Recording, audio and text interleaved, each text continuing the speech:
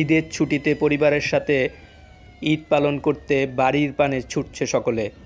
সেই দিক লক্ষ্য রেখে চাঁদপুর নৌ টার্মিনালে যাত্রী নিরাপত্তা জোরদার করেছে চাঁদপুর নৌ পুলিশ ও জেলা পুলিশের সমন্বয়ে গঠিত নিরাপত্তা টিম।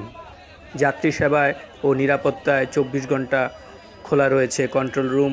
সেখান থেকেই যাত্রীদের সকল বিষয়ে উপস্থাপন করা হচ্ছে।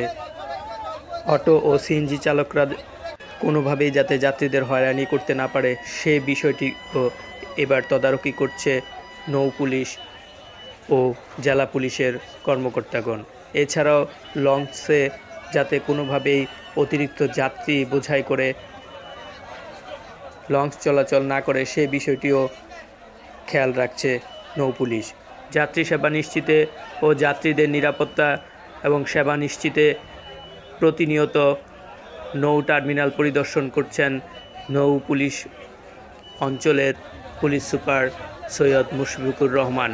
তিনি যাত্রীদের সাথে কথা বলছেন কোনো ধরনের অসুবিধায় পড়ছেন কিনা।